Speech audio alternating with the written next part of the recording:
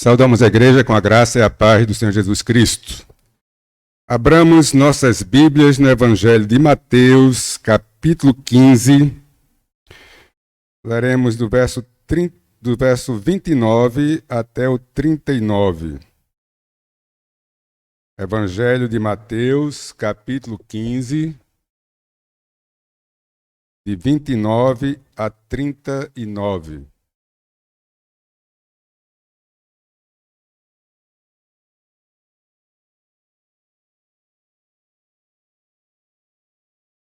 Nos diz o seguinte a palavra de Deus. Partindo Jesus dali, foi para junto do mar da Galileia, e subindo ao monte, assentou-se ali. E vieram a ele muitas multidões, trazendo consigo coxos, aleijados, cegos, mudos, e outros muitos, e os largaram junto aos pés de Jesus, e ele os curou. De modo que o povo se maravilhou ao ver que os mudos falavam, os aleijados recobravam saúde, os coxos andavam e os cegos viam. Então glorificavam ao Deus de Israel. E chamando Jesus e seus discípulos, disse: Tenho compaixão desta gente, porque há 3 dias que permanece comigo e não tem o que comer. E não quero despedi-la em jejum, para que não desfaleça pelo caminho. Mas os discípulos lhes disseram: Onde haverá neste deserto tantos pães para fartar tão grande multidão? Perguntou-lhe Jesus: Quantos pães tendes? Responderam: 7 e alguns peixinhos. Então, tendo mandado o povo assentar-se no chão, tomou os 7 pães e os peixes e, dando graças, partiu e deu aos discípulos e estes ao povo. Todos comeram e se fartaram, e do que sobejou, recolheram 7 cestos cheios. Ora, os que comeram eram 4.000 homens, além de mulheres e crianças. E tendo despedido as multidões, entrou Jesus no barco e foi para o território de Magadã. Amém. Oremos. Senhor, nós queremos te louvar, render graças ao teu nome. E neste momento que a tua palavra foi lida, que teu Espírito nos ilumine para que haja compreensão. E como aquele povo, Senhor, nós também possamos nos maravilhar com a obra, Senhor, com os ensinamentos de Cristo. É em nome dele que nós te pedimos. Amém. Bom, meus irmãos, dando continuidade à exposição do Evangelho de Mateus, lembrando que o ministério de Jesus se deu praticamente ao redor do Mar da Galileia, né? Lago de Tiberíades, tudo a mesma coisa com vários nomes. E atravessa para uma margem, atravessa para outra, se afasta um pouco, volta, mas algo ali em torno. Lembrando que Israel é pequenininho, metade de Pernambuco ou menos, e tudo era feito a pé, né? Jesus não tinha outro meio de locomoção. O único meio que ele usa é a jumentinha quando entra em Jerusalém. Mas eram distâncias percorríveis, né, naquela época, com uma certa facilidade. Não comparado a nós hoje, que é tudo de transporte, né? É ônibus, é carro, é moto e outros meios mais rápidos. Mas aqui nós temos justamente dizendo que ele começa dizendo, partindo Jesus dali. É só lembrar domingo passado que nós vimos. Dali de onde?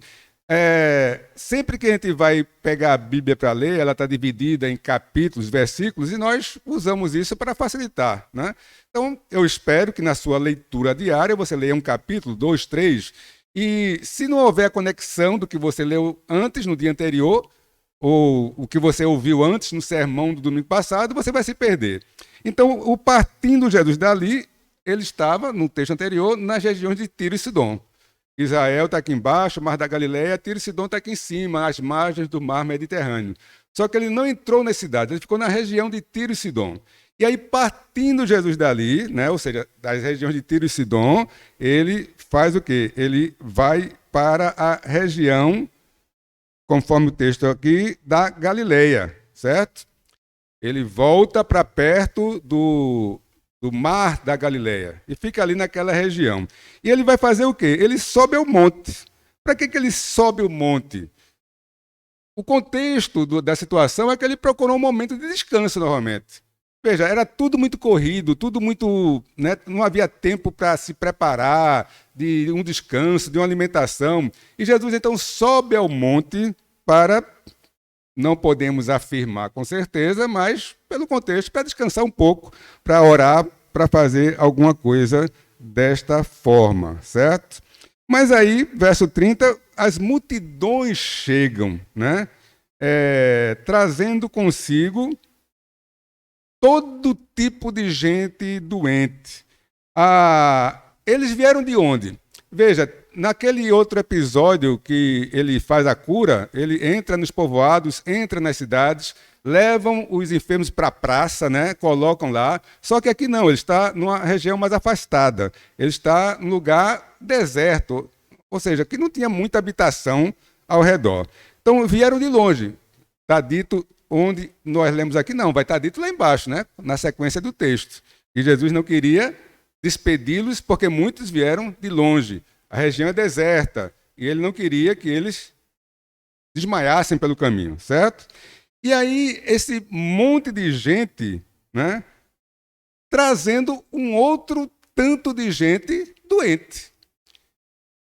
Não era pegar daqui, vamos supor, a gente está aqui na igreja, não, leva ali para a praça do vôlei que está tendo lá alguma coisa. E você sai daqui para ali carregando pessoas doentes. Não, você vai para uma distância bem maior. Quantos quilômetros? Não sabemos, mas era distante. E eles chegam com que tipo de gente? Coxo, aleijado, cego, mudo. E diz o texto que eles os largaram aos pés de Jesus. A palavra largaram aqui é chegar e jogar lá. Certo? Por que isso? Porque era muita gente. Eles chegavam de uma distância longa, jogavam aos pés de Jesus, provavelmente voltavam para pegar mais gente. Então era uma coisa assim um pouco difícil até de a gente compreender e perceber uma situação como essa, mas é isso que está sendo colocado ali. Largaram ali todos esses tipos de enfermos. Interessante é que cada palavra dessa tem um sentido, tem um significado, e se a gente for lá para a época em que foi escrita, por exemplo, e guarda similaridade conosco hoje. O que é um coxo? Um coxo, se você pegar o dicionário, é alguém que cocheia. Ele manca, é um manco. Por que ele é manco? Porque tem um defeito no pé, na perna. Então nós sabemos, aquelas pessoas que têm o pé fininho, a perna fininha. E coxo também pode significar alguém que não tem o pé e não tem a perna. Então Jesus curou todo tipo de enfermidade. Pessoas que, esses aleijados aqui, a palavra significa dobrada, dobrado. Ou seja, aquelas pessoas, eu creio que vocês já viram, até muitas vezes tem mendigos, eu já vi no centro da cidade do Recife, eles são totalmente curvos. Eles não conseguem se endireitar. E aí era esse tipo de gente também, cegos, surdos, mudos, vários tipos de doentes foram colocados ali, certo? Veja que interessante. No texto anterior, nós vimos que Jesus saiu do Mar da Galileia, subiu para a região de Tiro e Sidom para fazer um milagre. Ele expulsou o demônio da filha da mulher cananeia, certo? Ciro Fenício. Não há outro registro, apenas esse. Jesus volta agora e cura um número muito grande de pessoas de várias enfermidades. O que isso nos leva a perceber? A gente, né, e aqui, por experiência pessoal, por ouvir vocês falando, muitos chegam e dizem, rapaz, acho que Deus não está me ouvindo mais não. Acho que Deus não está me atendendo mais. Eu oro e nada acontece, nada muda. Mas a gente vê aqui, nesse texto, dentre várias lições, que Jesus ele é o Deus de um só e é o Deus de muitos ao mesmo tempo. Meus irmãos, foram 3 dias curando gente doente. Você já imaginou 3 dias ali e o povo era curado e ficava ali. Mas não há nenhuma indicação ali que Jesus estava ensinando. Ele estava curando. E aí ele diz aqui, de modo que o povo se maravilhou ao ver que os mudos falavam, os aleijados recobravam saúde, os coxos andavam e os cegos viam. E então glorificavam ao Deus de Israel. É impressionante, e a cena realmente foi impressionante. Era algo de, vamos dizer assim, satisfazer o desejo de ver coisas acontecerem. E coisas aconteceram. E aqui, nesse texto, nós vemos várias coisas, mas destaco duas. Primeiro, a bondade de Cristo. Jesus cansado, viajando de um lado para o outro, mas o texto diz que ele teve compaixão daquela multidão. Ele viu e não se afastou. Essa compaixão foi para curar e será também para alimentar. E isso era algo natural. No texto de Mateus, daquela cura também de muita gente, lá em Mateus 14, diz assim, desembarcando viu Jesus uma grande multidão, compadeceu-se dela e curou os seus enfermos. Então Jesus ele se compadece de um, se compadece de 2, de 10 e de multidões. Ele era assim, ele é assim, ele será assim. Então, diante dos problemas que você está enfrentando, diante das dificuldades que você está passando, lembre-se que este Jesus que curou esse povo todinho é o mesmo. Ele não muda, ele não se altera. A outra característica daqui, então primeiro foi essa bondade, foi essa compaixão, é o poder de Cristo. Ele tem poder sobre tudo, sobre todos. Veja que nós, né, na nossa vida aqui limitada, passageira, a gente olha assim para o mundo e a gente queria fazer um monte de coisa, né? Queria resolver um monte de problema. A gente quer, isso se tiver compaixão realmente, ajudar todo mundo que a gente pode. E ótimo, e bom. Mas você não é Deus. Às vezes a gente quer resolver as coisas, mas há limites para isso.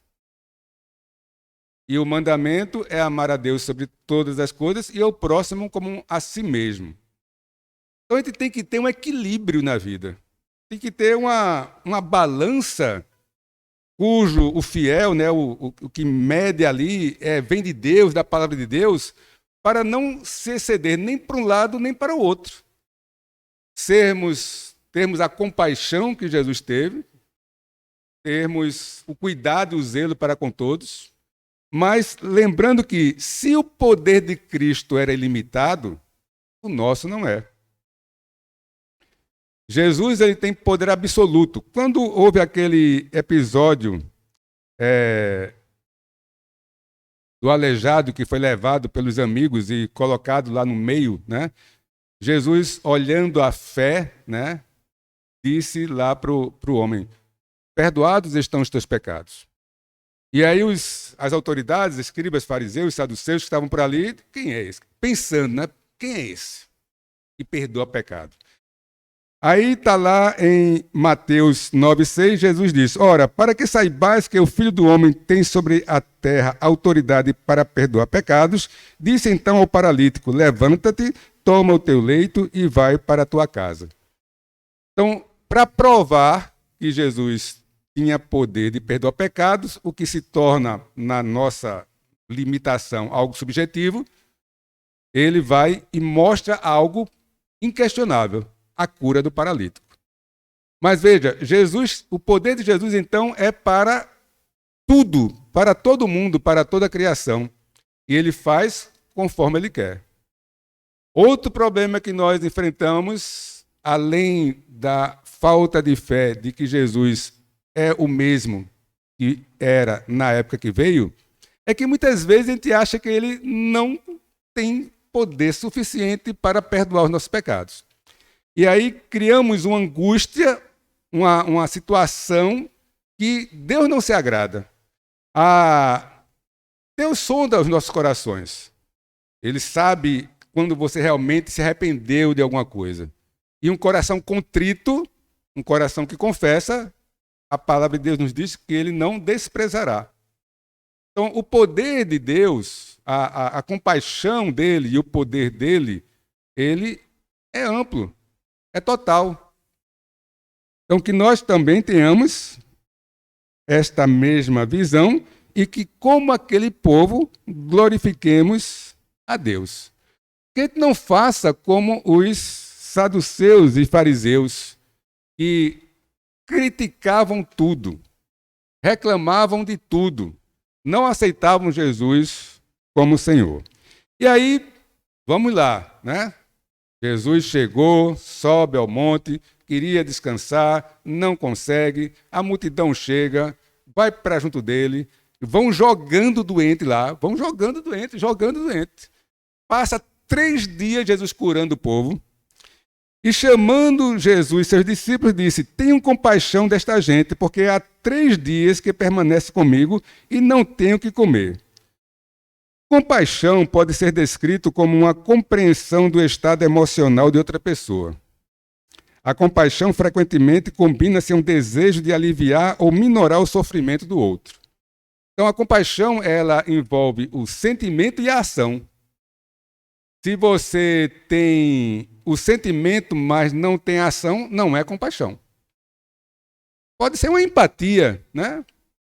É um caminho bom, é bom, mas tem que se complementar. Porque senão eu fico como o Tiago fala, a pessoa chega, você fala com ela, ela diz que está precisando de comida, de roupa, você fica ali, né, empático a ela, ora por ela e diz: pode ir embora.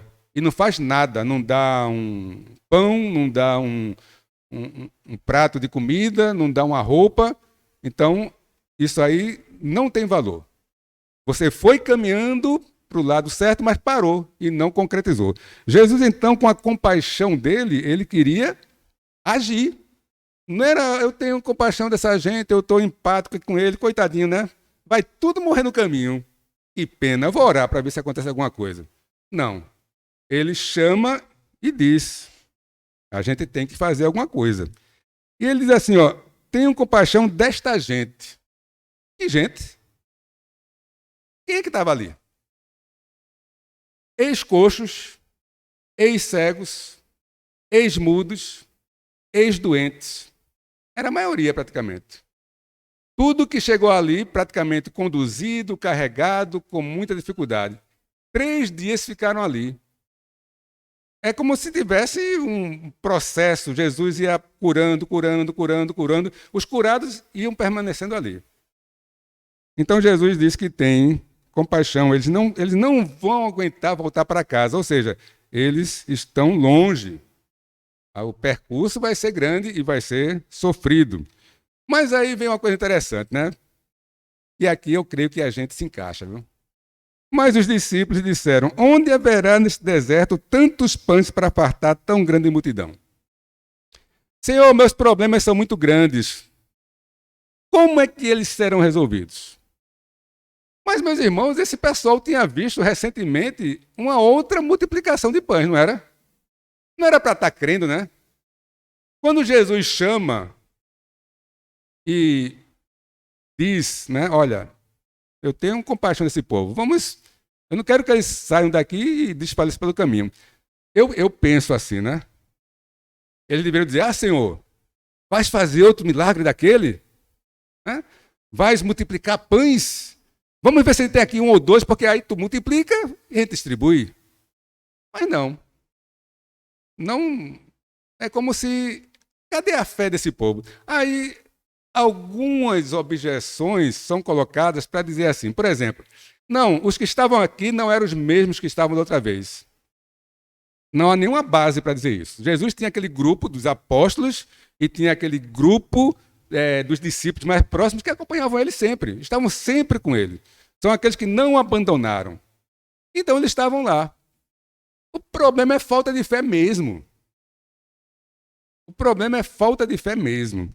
E isso é um problema humano.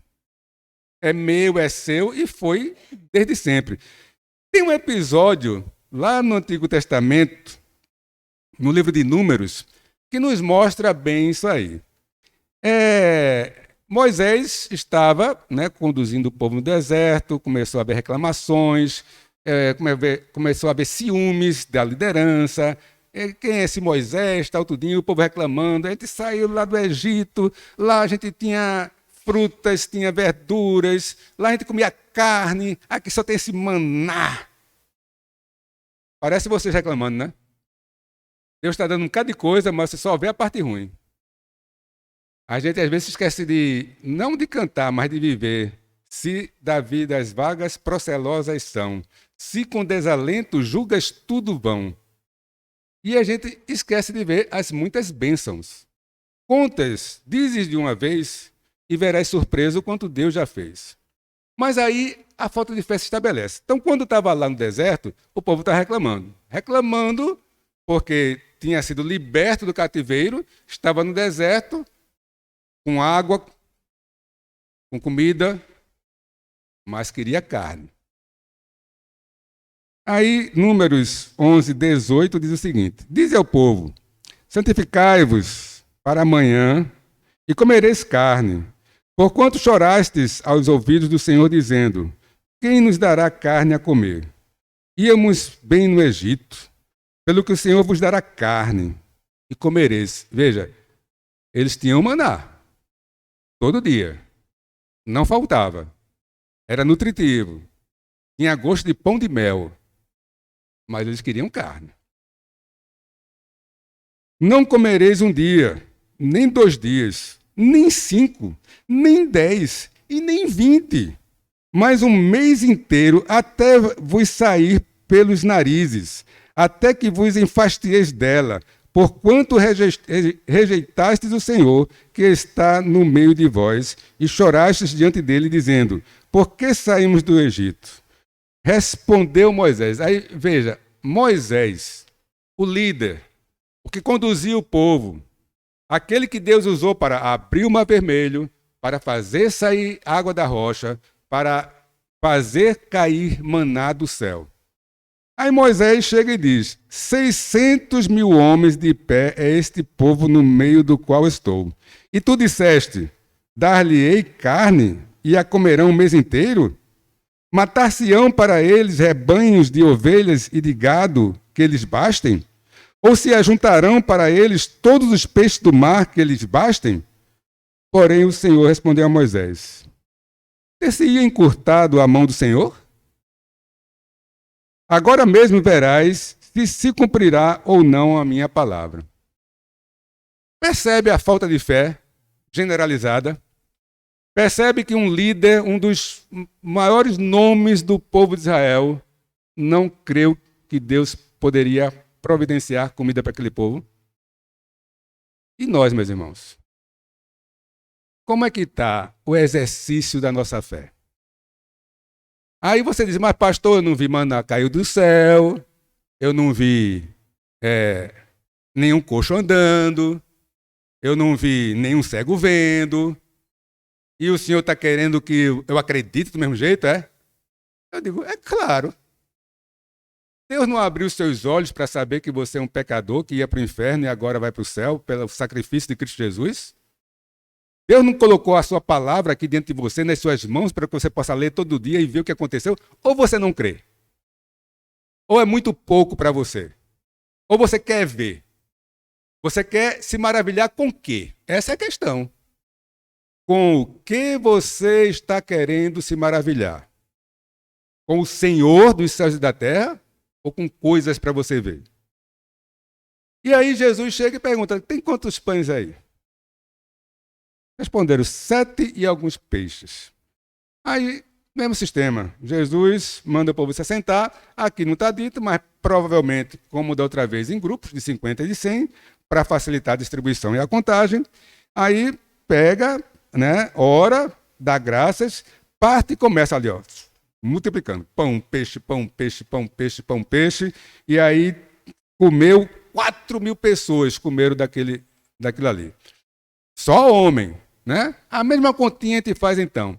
Se da outra vez foram 5.000, nós teríamos pelo menos 5.000 homens, cada um com sua esposa, né? Cada um com um filho. Então, 15.000 pessoas, um pouquinho mais, um pouquinho a menos. Agora 4.000 dariam umas 12.000 pessoas. Lembra dos cálculos que a gente fez? Lembra do exemplo que eu dei, que a gente fez o jantar de Natal aqui, eram menos de 100 pessoas e dá um trabalho tremendo? Imagine você alimentar 12.000 pessoas, 15.000 pessoas, e todos se fartarem, e se recolher cestos cheios ainda. E todos comeram, e todos se fartaram. E depois Jesus despede as multidões, entra num barco e foi para o território de Magadã. Marcos, citando o mesmo episódio, diz que eles foram para Dalmanuta. Foi para um canto, foi para o outro, mas tudo indica, muito embora essas cidades não tenham sido localizadas a uma série de problemas arqueológicos, mas eram cidades vizinhas. E aí, saindo de Vitória Santo Antão, foram para o Recife. Não, foi para Olinda. Olinda, Recife, tem lugar aqui que se você atravessar a rua, você está na cidade. Voltou para o outro lado da rua, está em outra cidade. E tudo indica, pelo que eles têm ali, que eram cidades bem próximas, cerca de 200 metros uma da outra.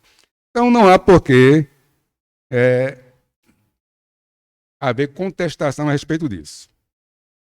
O fato aqui, então, é o seguinte: Jesus operou milagres. Jesus curou toda sorte de doentes, todo tipo de doença, e Jesus, mais uma vez, multiplicou o alimento. São milagres fortes, grandes. A multidão ficou maravilhada. E não é para menos. Não é para menos. Mas sobre milagres, sobre as coisas que acontecem, o que é que tem maravilhado você?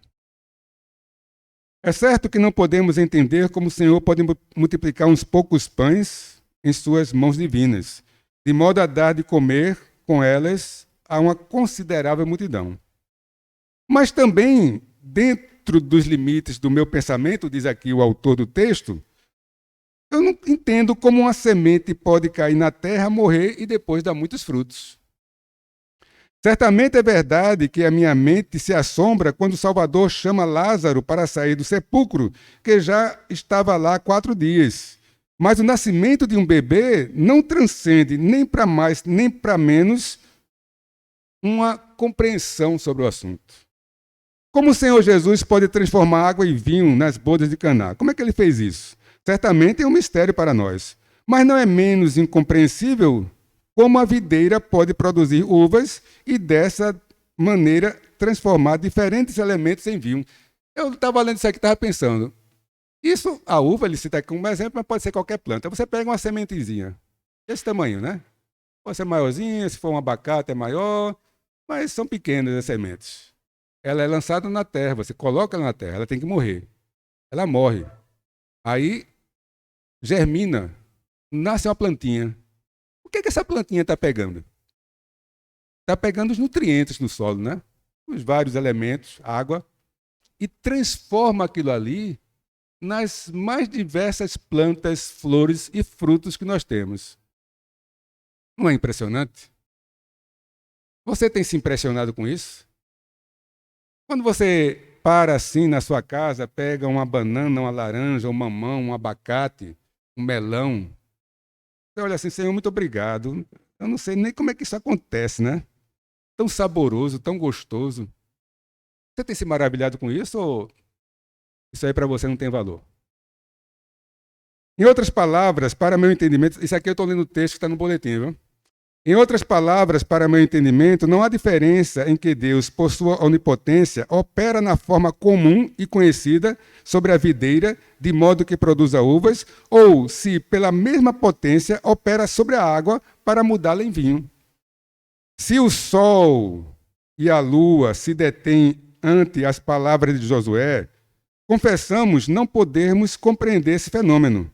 Mas quando o Senhor, a cada manhã, novamente causa que o sol se levante sobre o horizonte, essa obra de Deus também transcende minha compreensão. O milagre nos assombra e capta nossa atenção especial. Mas há milagres acontecendo todos os dias. Há coisas se repetindo diariamente e que nós não estamos dando o devido valor.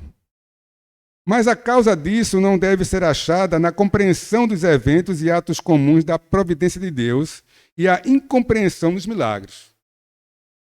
Mas deve ser achado em que chegamos a estar tão acostumados com as obras diárias do poder de Deus que normalmente não lhe prestamos atenção. Aquela multidão viu milagres acontecendo. Ela viu comida se multiplicando na frente dela. Elas ficaram maravilhadas, não é para menos. Mas e nós, que não vimos nada disso?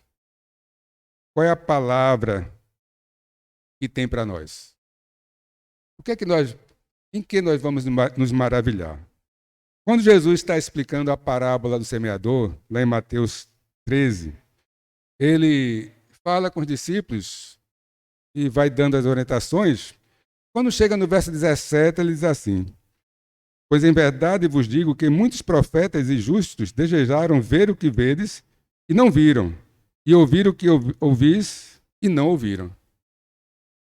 E tem o episódio que eu cito mais uma vez, quando ele ressuscita, que Tomé não crê que ele ressuscitou. Uma semana depois, Jesus aparece, chama Tomé e diz: pega aqui, Tomé, coloca a mão aqui. E aí, Tomé faz um pequeno credo ali. Senhor, Deus meu e Rei meu. E aí Jesus chega e diz o quê? Porque viste, creste? Bem-aventurados que não viram e creram. Então, nós precisamos nos maravilhar em Cristo. Nós precisamos nos maravilhar na sua obra, no seu poder, na sua compaixão, conforme está escrito. Hoje à noite nós vamos, na continuidade do Evangelho de Mateus, ver que Jesus tem mais um embate com os escribas e fariseus que querem ver mais milagres no céu. Eles não estão satisfeitos com tudo que estava acontecendo. E nada irá ou iria satisfazê-los. Eu espero que nós não sejamos como os escribas e fariseus, insatisfeitos com o que temos em nossas mãos. Eu espero que nós não sejamos como os escribas e fariseus que ficam na expectativa de algo mais, porque o que tem não é suficiente. Mas que, pelo contrário, nós possamos ser como aquele povo mais humilde, como os discípulos mais fiéis, que se maravilharam com o Senhor. Mesmo tendo tido aquele lapso de falta de fé, eles permaneceram firmes na caminhada. Então, que nós realmente possamos, a cada dia, a cada momento, nas pequenas coisas, nos pequenos momentos, episódios, quando você chegar, hoje em casa, sentar à mesa, tiver o que quer que seja para você comer, você pensar em tudo o que aconteceu para aquela comida chegar ali no prato. Pessoas que Deus fez trabalhar e aquilo que as pessoas não podem fazer, Deus fez. Que é uma planta germinar, haver o milagre da vida e nós termos as coisas para poder sobreviver. Então, que nós nos maravilhemos no Senhor Jesus, em todos os aspectos, da salvação eterna que Ele concede às nossas almas, até cafezinho, a bolachinha, a bananinha, a frutinha que Ele coloca em nossas vidas. Oremos. Santo Eterno Deus, nos ajuda, Senhor, a crermos em Ti, a nos maravilharmos com a Tua providência, com tudo aquilo que Tu tens dado a nós para a nossa vida, para a nossa sobrevivência. Fortalece-nos, Senhor, na fé e nos ajuda nessa caminhada. Em nome do Teu Filho que nós te pedimos. Amém. Que Deus nos abençoe.